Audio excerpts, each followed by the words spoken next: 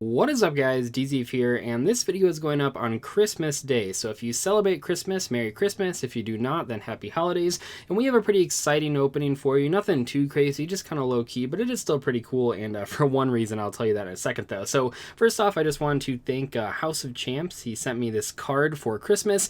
Man, this thing looks cool. It is an ultimate rare OCG version of Dragon Spirit of Light, so thank you so much to John. He's actually given me like a ton of cool cards, and I have a binder full of cards that people like John have given me, so maybe I'll show that off on a video one time. But this is another cool card to add to that collection.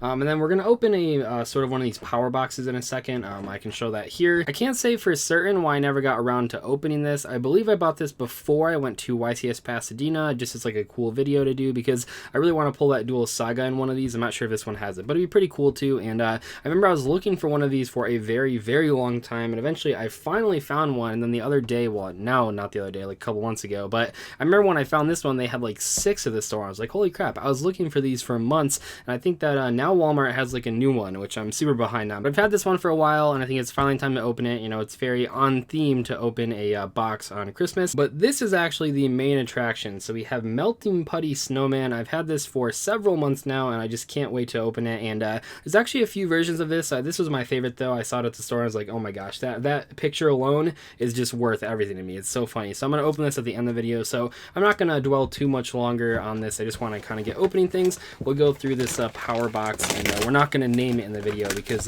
those YouTube algorithms are not too friendly for videos with the M word in there, but we'll just kind of go along. And yeah, this one is not the newest one anymore, but it was for a while. And like I said, I couldn't find it for the longest time, and I kept looking for it, and I was like actively looking for it. But then when I wasn't looking for it, found a whole bunch of them at a store. So fancy that. And it has a chance of having a Dual Saga in there. I guess we can look. So we'll have 3 booster packs, 1 legacy pack, 1 special edition, and 1 mystery item. Kind of dump this out, and it looks like we did not get, and nothing left in there, we did not get the Dual Saga. That's a real shame. That must be pretty rare. So I think the mystery item, I don't really know. Oh, the mystery item is the 2017 Megaton, I'm assuming. This is the Legacy pack, and then we just have 3 normal packs here. So we have Primal Origin, Code of the Duelist, and Code of the Duelist. So maybe we can pull a Firewall Dragon in honor of it being banned for a little bit over a year now. I think it got banned on like this early December of last year, as we can see here. Firewall Dragon probably won't come back after Master Rule 5. I think it's still a little bit too broken. But we'll go through these just kind of quickly and then open that Melting Putty Snowman, because that's what everyone I know is dying to see. So it's always weird when they put the blister packs in. I never really understood that. They probably just trying to get rid of stock that they couldn't get rid of earlier. I do remember, though, one of my favorite ones that I always bring up is the Chaos box, whatever, because that one, I believe, had some foreign packs, which was really exciting. I wish I could get their hands on more of those. I think the latest edition of this box actually has the chance to pull sleeves in it, which is pretty crazy, so I'll have to see that if I can find one. Go through here, and we have Batunaful Princess, card that was super hyped up and never really came into play. Oh man, we got a ban card, number 42, Galaxy Tomahawk. This card is hilarious because when this card came out, it was hyped up, but it didn't really do that much. There certainly were some cool combos with it, but it wasn't really until Link Summoning where this card truly became broken. This is one of the few cards out there, and there's not too many, but this card actually got directly buffed by the extra monster zone, because then it could summon 1 more token, which was insane. Not to mention just summoning a bunch of tokens is really good, but because of the because it put itself in the extra monster, and you got to summon a free token, which is pretty insane. Go through the Code of the Duels here. I'm not sure if any of the cards in this set are actually worth anything anymore. This set is pretty old at this point. We're looking at 2 years old. Doesn't feel like 2 years, but it is. We have Galaxy Worm, a card that saw a ton of play in the OSG, not so much here. Backup Secretary, which actually eventually became pretty good in the Salamangreat deck. And we have Cracking Dragon. I believe that is, as I've been told, because I feel like we've pulled this a lot, but I feel like this was a card that was used in the anime, but I'm not entirely sure. Then we have Vendread Hound Horde. Man, what a crazy deck that I thought was going to be a lot better. Hey, speaking of decks I thought was going to be a lot better, FA Hang on Mock, but that's okay. Not every single archetype has to be competitively viable or even rogue viable, but Vendreads I really thought was going to be like a good deck. It seemed like it had a lot going for it. Turns out Konami just didn't want to give them any more like actually good support, but I hear they were pretty good in Duel Links. Maybe if you were a Vendread fan, you could play some Duel Links and have some fun. the other one here. We go through and we have a Lila Twilight Sworn Enchantress. There were a lot of Twilight Sworn cards. I remember the one that saw play was Lumina, because the Lumina Twilight Sworn and the Lumina Light Sworn actually comboed with each other. You could do some pretty crazy things with those cards. I think that even topped like a couple events. We have Emerging Emergency Rescue, one of my favorite cards. These cards look kind of dark though. One of these are EU print. I'm not entirely sure, but they look kind of dark compared to the other ones. Maybe it's just an older pack or whatever. We can go through. We'll save the special edition for the last. We'll go through the Invasion of Chaos Legacy pack. Of course, I always mention it. This isn't like a real pack from like way back in the day. It is from the Legendary Collection 1, which has been reprinted. Multiplication of Ants, Gale Lizard, Witch Doctor of Chaos, and a super rare. Nice. We're not guaranteed to pull super rares out of these, but DD Scout Plane, sometimes played alongside the DD Survivor card, which looks really, really cool. And ultimate rare, we have a Soul Absorption as well, which is like one of the biggest casual bait cards out there in existence. There are still people to this day that think Pot of Desires is good because of Soul Absorption, not realizing that even the Grenmaju decks, the decks that can banish 1,000,000 cards, even those decks don't play Soul Absorption. But yeah, I guess it's good for Yu-Gi-Oh! Pro replays when you get up to like 20,000 life points. Seems pretty broken. We'll open the special edition now. I guess we'll save the Mega Tin or the Mega Pack for last, because I like those a lot. So we'll go through. This is Soul Fusion. I can see we pulled a very competitive promo card here, Neo Space Connector. Pretty hyped when it was announced. Actually was very successful when it came out in alongside the Zold as well. It's actually pretty funny. These two cards are very, very strong. I actually never owned a second copy of Zold, or maybe I did. I can't remember. If you look back at those like Amazon Tech profiles I did, I think I always played one as old because I never got my hand on the second one. So it's pretty funny, but hopefully now I have the second copy. Not that I really know when I'm going to be playing that in, but we'll take a look at the Soul Fusion here. I believe that this is a pack with Danger Tsuchinoka, which would be really, really cool to pull. I'm not going to hold my breath though. It's probably not going to happen. Salamangreat Jaguar, pretty funny. Danger Mothman.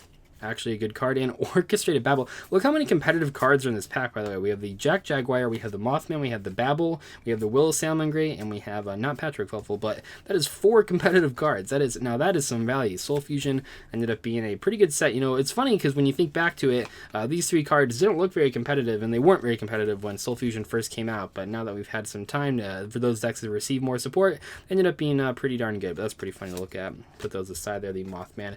Don't need to put the commons aside, even if they are competitively viable. And Jaguar just got a super rare reprint in OTS 12. Anyway, we can go through here. Foxy, nice. We got an ultra rare. That is the cover card, I believe. Cybers Clock Dragon. Yes, that is in fact the cover card of the set. I have no clue what it does, and its text is way too long, so we're not going to read it. I'm sure someone can summarize it in the comment section. Toll hike for our rare. And then the last pack of this special edition, which is kind of cool that they're not just giving you, what was the Secrets of Eternity, was the really, really bad set that had a lot of special editions left over that they kept giving people in these power boxes or whatever. So it's kind of cool. It's not a Secrets of Eternity. Go through here. Herald of the Abyss. You know, this card actually saw a lot more play in the OCG than the TCG. Really never saw any play in the TCG. You know, people talked about it for outing the Rongo Bongo deck, but it doesn't actually work because your opponent actually ends with not just the Rongo Bongo, that's a Dark Warrior, but also the Rusty Bardiche, which is also a Dark Warrior. So this card actually, while it can technically out the Rongo if it's the only monster they have or the only Dark Warrior they have, oftentimes they ended on more than just that guy. So, I mean, pretty much every time the main combo ended on Rusty.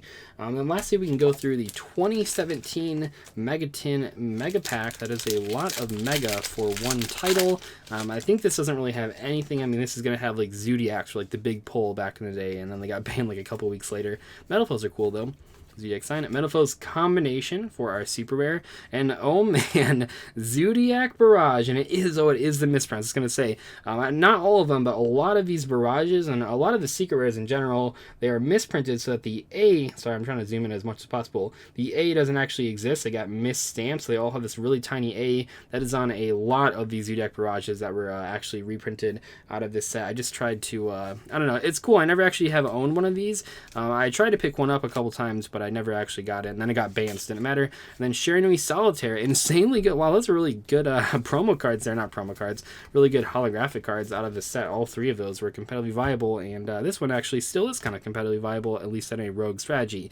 So that's it for the actual power box that we had. Let's take a look at that Snowman, though. Let me clear the table a little bit. We can take a look at that. All right, the Melting Putty Snowman.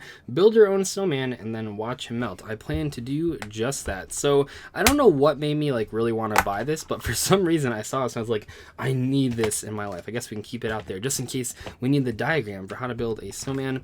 Here's the putty, I guess. It feels kind of weird. I don't know how to explain it. So we'll take a look at that. We have all the little parts for him. So we have some eyeballs, we have a nose, we got some buttons, we have a hat, we got some arms and hands.